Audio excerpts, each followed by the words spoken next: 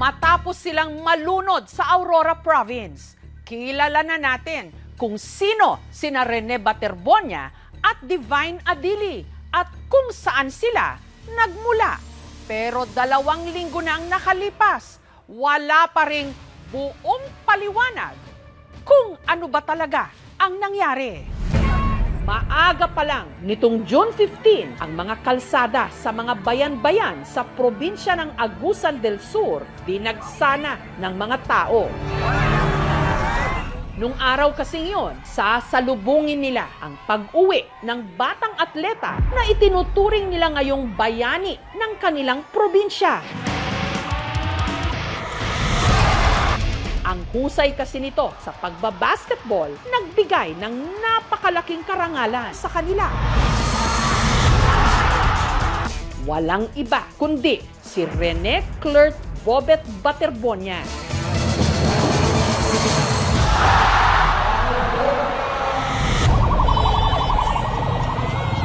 Pero hindi hiyawan ang sumalubong kay Rene sa kanyang Hero's Welcome. Sa halip pagdadalamhati, ang sinalubong kasi nila mga labi niya.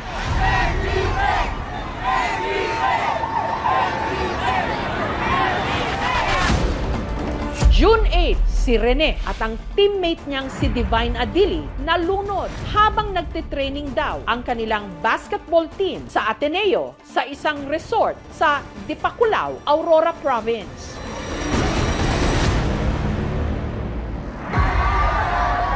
Ang mga estudyanteng ito sa Davao de Oro nagsitakbuhan pa makalapit lang sa kanyang funeral convoy. Pagdating sa bayan ng San Francisco, sinalubong si Rene ng isang water salute. Hostisya! Hostisya! Hanggang nakarating din sa wakas ang convoy sa Talacogon. Sa mga nakalipas na araw, unti-unti nang nagkakalinaw kung paano nangyari ang trahedya. Divine was already like unconscious. He was like too heavy, and so they were scrambling to try and find like things to help him with, like the. Nung nakita ko si Rene sa likod, gumagal siya, tapos sumisigaw siya ng tulong. Tapos nung kumuha ulit ako ng buwelo, pagkangat ko, hindi ko na nakita si Rene. Hindi ito aksidente. Right now, ma'am? Yes, No, po. it's not. Was it initiation rites? No po, not at all. Oh no, it just hurts how people, perceive it that way. As a coach, I lost my voice too, to the depth of my being. I'm sorry. Yung sorry at saka tawad, hindi yun enough, ma'am. Hindi yun ang kailangan namin. Kailangan namin is sorry na may malasakit at katotohanan. Makukuha na kaya ng naulilang mga pamilya ang hinahanap nilang katotohanan?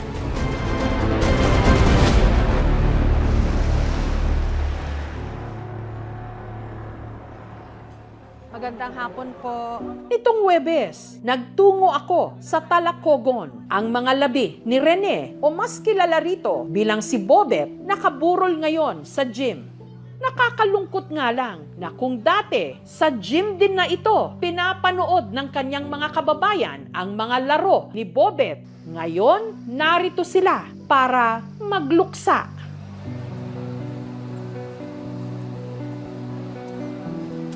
Isang hero's homecoming ang ibinigay kay Rene Bobet Baterbonia sa kanyang pag-uwi ng Mindanao.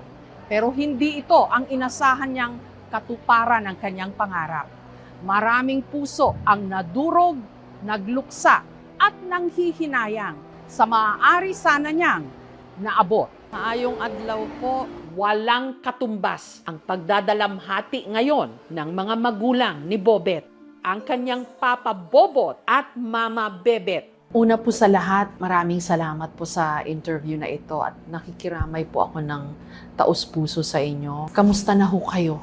Parang okay, parang hindi rin. Pinipilit talaga namin na kayanin. Dahil nga yun sa mga tao na sumusuporta, nag-condolence at nagpakita ng pagmamahal, hindi lang sa pinansya. Paano nyo ho naitawid yung Mula ho nung nasabi sa inyo nga ho na wala na siya. Sakit naman yun, ma'am, sa amin. Parang sinisisi namin yung sarili namin. Ba't pumayag kami na pumunta siya doon? Mabay na.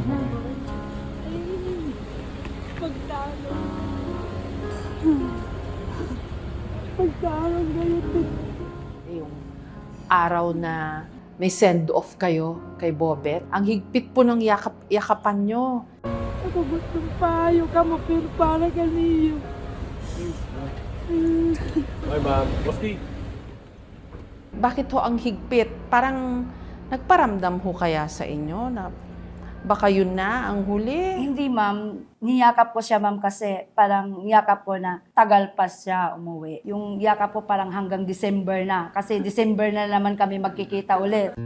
Laki man sa hirap, pursigido raw si Bobet na makatulong sa kanyang pamilya. Katunayan, bago raw siya lumuwas pa Maynila, abala ito sa pagpirma ng kanyang mga merchandise na keychain. Daghan ko na kayo makato na siya Manila. Yung kitchen, ma'am, is binibinta namin ng 50 pesos lang. Hindi ko kalain na isang araw lang, 100 pieces kaagad ang nag-order sa amin. Wow.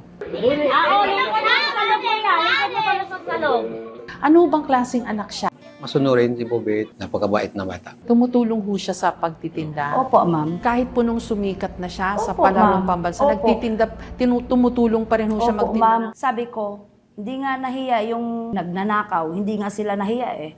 Kayo pa kaya na marangal. Ang husay daw ni Bobet sa pagbabasketball, namana niya sa kanyang papa Bobot na dati rin palang basketball player. Nalaman ko may potensyal dahil sa tindig pa lang niya, marunong siyang humawak ng bola. O minsan din, nagkalaban din kami. Hindi ko siya matalo ng pagpag-1-on-1 kami. Mula pagkabata, gumawa ng sariling pangalan si Rene o Bobet sa kanilang lugar. First year niya sa Ateneo de Davao. Nakasali na sila sa palarong pambansa. Yun, nag-champion nga sila. Nakuha niya ang MVP. Talents and hard work can open doors to greater opportunity. Ang kanyang mga naabot, parang katuparan daw ng mga pangarap noon ng kanyang ama. Kasi hindi kayo naging professional basketball player, so umasa ho kayo na si Bobet ang magtutupad ng inyong pangarap. Totoo ho ba yun? Totoo po yun, ma'am. Hanggang sa ano lang ako, regional. Sabi niya, oh, sige pa. Oh. Simula na hindi mo naabot, pagpatuloy ko. Kung ang kanyang papa Bobot ang naging trainer ni Rene o Bobet, ang kanya naman daw mama Bebet ang numero 1 nitong cheerleader. Ano pong pinaka-mamimiss niyo ho sa kanya? Yung mga memories, ma'am, na magkasama kami. Yung maglalaro na parang wala na akong tinig na, shit, bet! Ganon. Kayo palang Tapos, cheerleader ho niya. Opo, tapos yung mga referee na hindi nakita yung mga fouls, kami talaga, parents ang mag-aaway ng referee. Ba't ganon? Sana naman patas, ganyan. Minsan nga is makulitan siya sa akin kasi parang magsabi siya, tama na. Ang basketball nagbukas ng mas maraming oportunidad para kay Bobet. Mula purok hanggang barangay, hanggang municipality, hanggang governor's cup. Talagang kasali yun. All-Star game po, ma'am. Siya yung nag-MVP. Doon siya na-scout ng Ateneo de Davao. Full scholar po, may dorm at saka allowance. Sabi ko, sige lang, baka makapag-desisyon kami na ganyan. Kasi ma'am, marami talagang eskwelahan na gustong pumasa kanya. Parang 30 school. E di proud na proud ho kayo Opo, noon. ma'am, proud na proud. Para kayo nasa alapaan. Opo, kasi hindi lahat ng tao is makamit yun, di ba? Tapos lalong-lalo na sa hirap ng buhay namin. Tapos isa kami doon na makapasok. Sabi ko, doon ka na lang sa Ateneo kasi kasama mo yung kapatid mo. Kaso naispatan din siya ng Ateneo sa Manila. Paano ho naging desisyon doon? Yung nagpaaral sa kanya sa Davao, sila yung kumausap doon sa Ateneo de Manila. Kaya yon sinabi ko, kayo lang, basta masabi ko na ligtas lang yung anak ko. Di ka mo sabay, te. Kabado ng araw ba sina Bobot at Bebet na malalayo sa kanila ang kanilang anak? Pero sinuportahan pa rin nila ang desisyon nito na lumuwas mula Ateneo de Davao hanggang Ateneo de Manila University sa Quezon City. Ako gustong payo ka mo, pero para ganiyo. Kasi pangarap lang talaga niya makapaglaro ng UAP, baka lang araw maging PBE. Yung batang isang nasa province o kilang bukid lang is makapaglaro na sa mga UEP games. Laki sa hirap, masinop sa pera. Kasi dati, yung wala pa siyang allowance, bigyan ko yan ng 200, 2 weeks na yan. Ang sapatos na ito, ang kauna-unahang nabili raw ng kanyang mama Bebet mula sa ukay-ukay. At ang pera, inutang pa raw niya. Isang sapatos lang talaga nabili ko sa kanya. 3,000, ma'am. Iniingatan ko talaga ito, ma'am, kasi ito muna. Ito lang binili ko sa kanya. Wala nang iba. Lahat yan, bigay na talaga sa kanya. Ito yung una niyang sapatos, pumunta siya sa Davao, ma'am. Ito yung pang-training niya, panglaro niya, lahat dito. Kaya, sakit, hindi ko ito ibibigay. Tinatago ko to. Ito lang talaga yung binili ko sa kanya, isa lang. Kahirap ng buhay. Tinipid man daw ni Bobet ang kanyang sarili. Pagdating sa kanyang pamilya, galante siya. May gusto siyang bilhin para sa akin. Magpunta kami ng mall, like t-shirt. Pero sabi ko, wag na. Na-miss ko siya. Tinatawag akong pa. Ganun.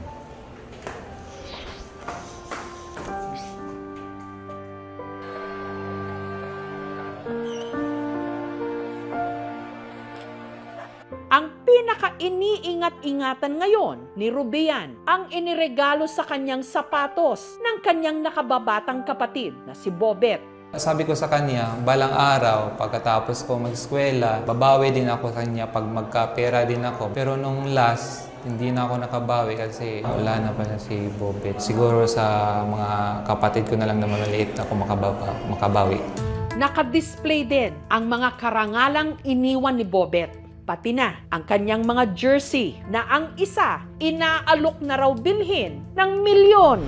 Sinabi ko, ayoko, kahit ilang milyon pa yan, hindi ko yan ibibigay kasi lahat ng mga jersey niya, ma'am, na maging MVP at saka Mythical 5 champion, yung mag-champion, binibigay niya sa akin. Ikaduhanin niya ngayon ni Port sa San Nicolas. Nitong Biyernes, ibinigay ni Bebet ang isa sa mga jersey ni Bobet sa kanyang fan na nakiramay.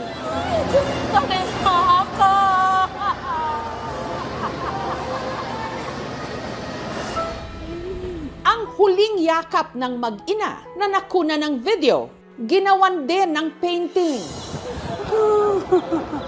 Ako magdaw!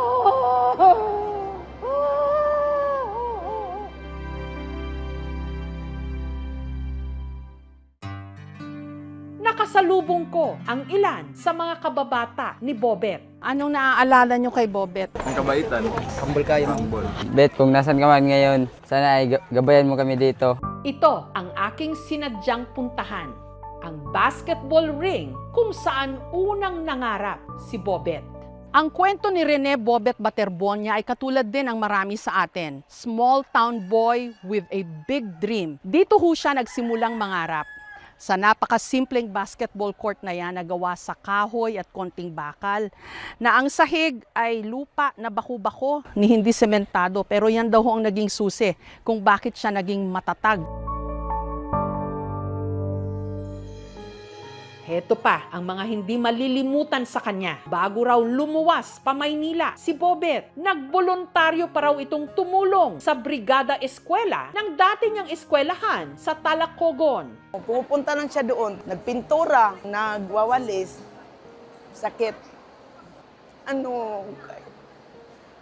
Kahit wala na siya, mahal na mahal siya namin.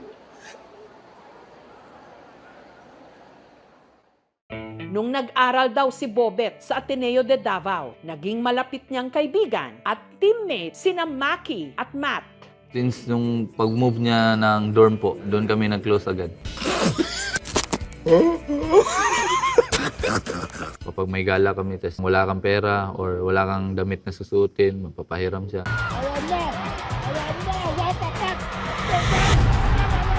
Sobrang bait, ma'am, hindi marunong magalit. Kung maaari, kaibiganin niya yung kalaban. Ganun. Hindi niya gusto nga may kaaway siya, ma'am. Nandito tayo sa kwarto niya ngayon kung saan siya natutulog dito sa dorm namin. May mga naiwan pa siya ng mga gamit dito. Panggala niya ng mga t-shirt yan. Si Bobet is always yung positive. Siyang palaging nag-give hope sa amin. Hindi yan siya na down. Dream come true niya talaga na makarating dun sa Ateneo de Manila kasi dream school niya yun. Nangihinayang, ma'am, kasi nawala na yung one of the greatest future ng Pilipinas, ma'am. Kasi si Bobet, mayroon talagang mararating, ma'am. Ang Ateneo de Davao University, kung saan nag-high school si Bobet, nag-alok ng full scholarships sa lahat ng mga naulilang kapatid niya. Ipapangalan din sa kanya ang covered court dito. Ang kanyang jersey number 2, ni-retire na rin ng eskwelahan. Wala nang ibang player sa kanilang universidad na makagagamit nito. Samantala, hanggang ngayon, nakaburol pa rin ang labi naman ni Divine Adili, teammate ni Bobet na kasama niyang nalunod sa Aurora Province. Ang pamilya ni Adili nasa Nigeria pa. For now is that I'm restless. I'm supposed to be in Philippines, but the possibility is what I'm not seeing now, because the time he will leave Philippines is Monday, and then to arrive here on Wednesday. I'm sad about the arrangement, but there's nothing I can do for now. I rest my case. Let them bring him back. Ang pagkalunod at pagkamatay ni Baterbonia at Adili parehong iniimbestigahan ng Philippine National Police, CIDG at ng NBI. Dalawa sa mga miyembro ng Ateneo basketball team, sina Kiefer Alas at Sam Reyes, unang nagsalita sa isang podcast. It was just so hard to talk kasi we couldn't accept na nawala pa yung dalawang teammate po namin. Sinundan ito ng town hall meeting na inorganisa ng Ateneo kung saan nagsalita rin ang 3 pang players tungkol sa nangyari. Bago pa raw sila lumusong sa dagat, alam na nila na malakas ang mga alon doon. We had meetings before training that Coach Tab explained about the rip currents and how to get out of rip. We had like a pretty long discussion naman about it. Swim vertical to the shore po pag may rip current. Sa unang gabi raw nila sa resort, kinumpiska ng kanilang coach na si Tab Baldwin ang kanilang mga cellphone. Kinaumagahan, June 8, maaga raw silang ginising para simulan ang anila training. Pag-ising nyo dapat diretso shore na. Kasi pag bigyan mo ako ng 2 minutes, may push-ups yun na gagawin. Pinatakbo raw sila ng 4 na kilometro. Dahil si Rene na hindi namin na-expect na siya yung pinakaunang matapos kasi kakarating niya lang.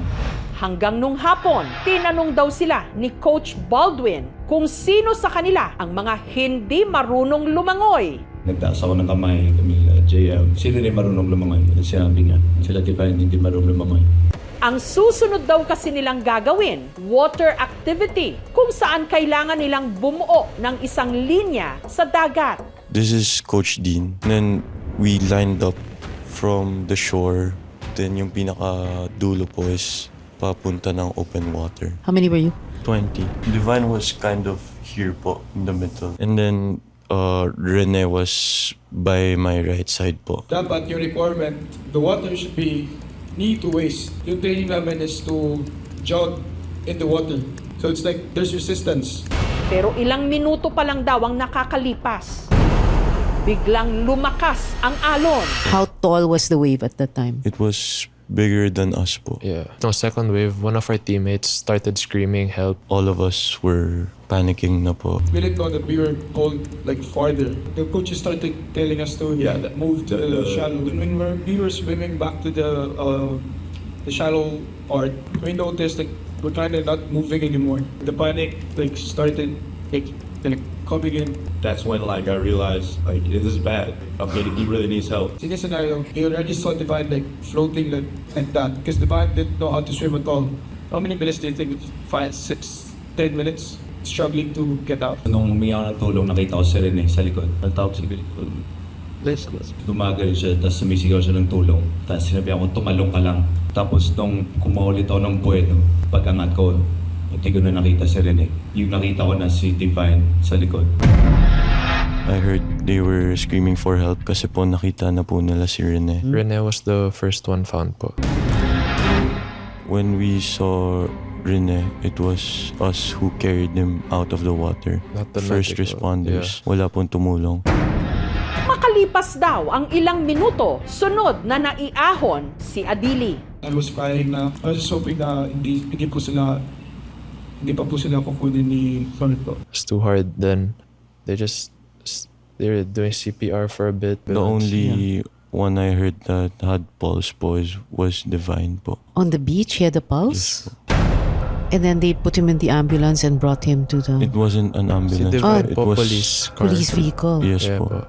Ayon kina Alas at Reyes, hindi raw sila sigurado kung ang kanilang pagpunta sa Aurora may parents' consent o anumang papeles na ibinigay sa kanilang mga magulang bago ang tinatawag nilang team building activity. Iisa lang din daw ang lifeguard at security guard sa resort.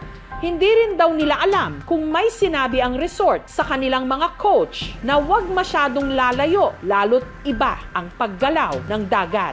Dahil sa nangyari, ipinasara ang resort. The players are informed of the landscape and the challenges that they will be facing. In the resort itself, there are house rules and guidelines posted in every room, very specific to rip tide or rip current. As far as your client is concerned, wala kayong pakukulang. Of course, all the necessary precautions were there. I feel guilt lang po. Why? Rene was beside me and I felt na I could have done more para di siya malunod.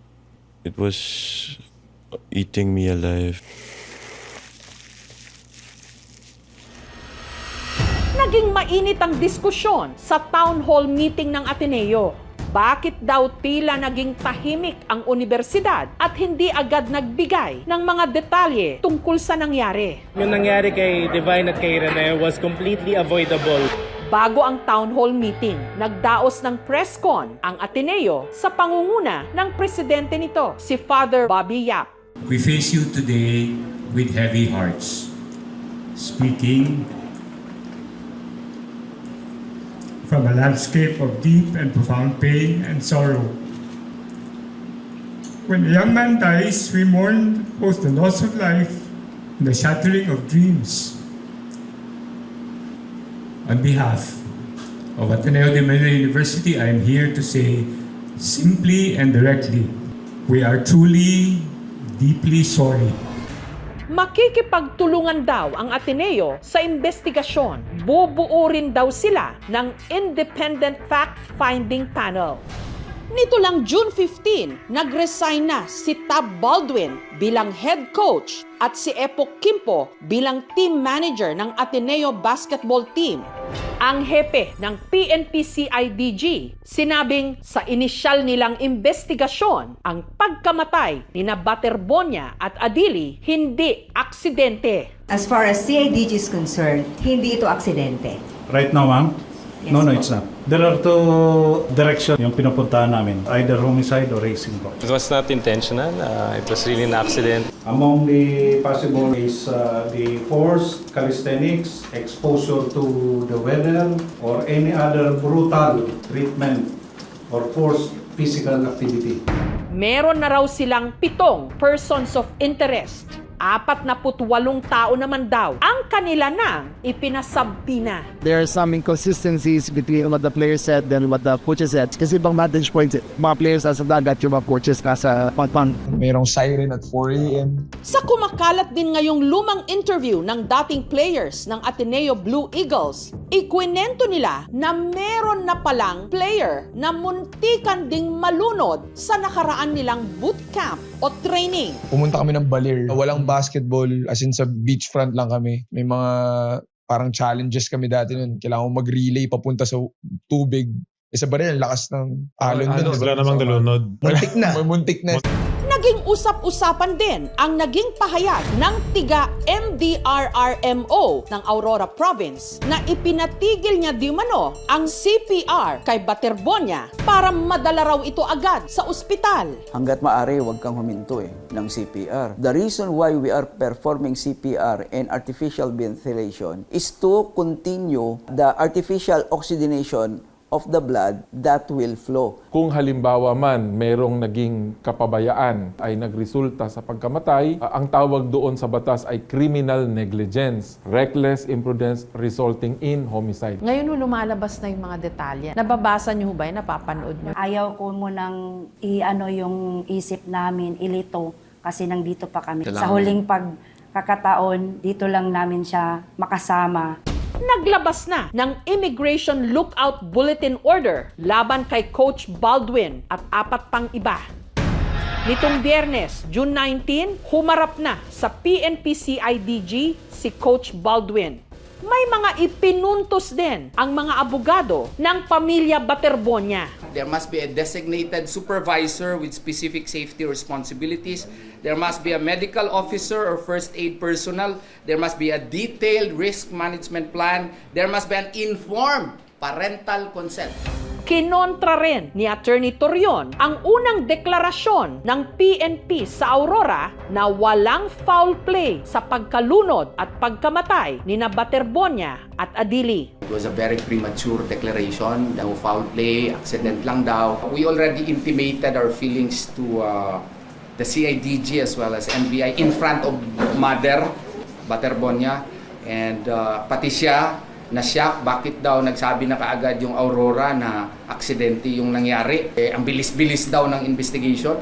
Ang UAAP na kinabibilangan ng Ateneo de Manila University naglabas na rin ng pahayag. The Board of Trustees of the UAAP approved the recommendation to bar from the UAAP all the coaching staff of the Ateneo de Manila University who were present during the June 8 incident in Dipaculao, Aurora. Justisya para kay Rene Divine! Justisya! Biyernes, June 19, nag-walk out ang mga estudyante ng Ateneo para iprotesta ang mga nangyari. Sa graduation ceremony nung araw ding yon, nagsuot ng itim na ribbon ang mga graduate. Sa ibabaw ng kabaong ni Bobet, may inilagay na sisiw. Katulad ng karaniwang ginagawa sa mga namatay na naghahanap ng katarungan. Sa bawat tuka raw kasi ng sisiw, sana makonsensya ang mga dapat managot. Maraming talagang mga tao na maganyan, ganyan. Ginagawa ko lang naman yun, ma'am. Wala namang mawala sa amin. Ma'am, baka lang may gusto kayong sabihin sa teammates, sa coach, at saka sa Ateneo sa Manila. Salamat sa pagtanggap sa anak ko sa Ateneo de Manila. Kung ganyan ang nangyari, wala naman akong magawa. Kasi ganyan na yan. Sana nga masabi nila kung ano talaga ang katotohanan bago napatay yung anak. Sana sila lahat ay makonsensya. Mihingi ko sila ng tawad sa inyo. Hindi naman yun enough, ma'am. Yung sorry at saka tawad. Hindi yun ang kailangan namin. Ang kailangan namin is sorry na may malasakit at katotohanan. Sabi po ng Ateneo, bibigay daw ho nila lahat ng maitutulong nila sa inyo. Hindi naman yun din sapat. Kahit anong bagay naman, ma'am, hindi mo yan mapapalitan. Wala akong sinasabi na mga material na bagay. Hindi namin yun kailangan kasi sanay naman kami sa hirap. Mahirap lang kami, pero mayaman kami sa respeto. Sana hindi niya patulugin kung may mga taong may kasalanan sa kanya. Anak, o asa mang kakaron natunta nga padayon sa imong lakaw, ayaw nagkawili sa imong mga manghod, kami na ang bahala. Ako gustong payo ka mo, pero para ganiyo. Kung nakikinig yung anak ko, walang sawang pagpasasalamat at pagmamahal na ibinigay sa amin. Thank you sa mga alaala, mga alaalang hindi makalimutan sa mga tao. Mga alaalang kahit sino pa man na hindi parang walang kapalit.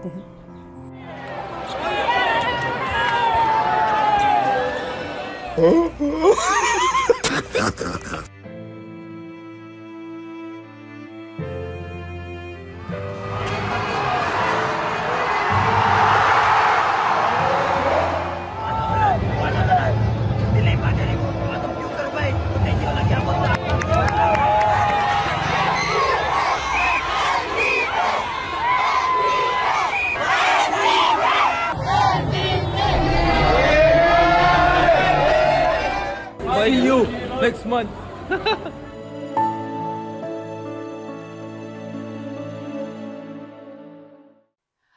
Thank you for watching, mga kapuso. Kung nagustuhan niyo po ang videong ito, subscribe na sa GMA Public Affairs YouTube channel. And don't forget to hit the bell button for our latest updates.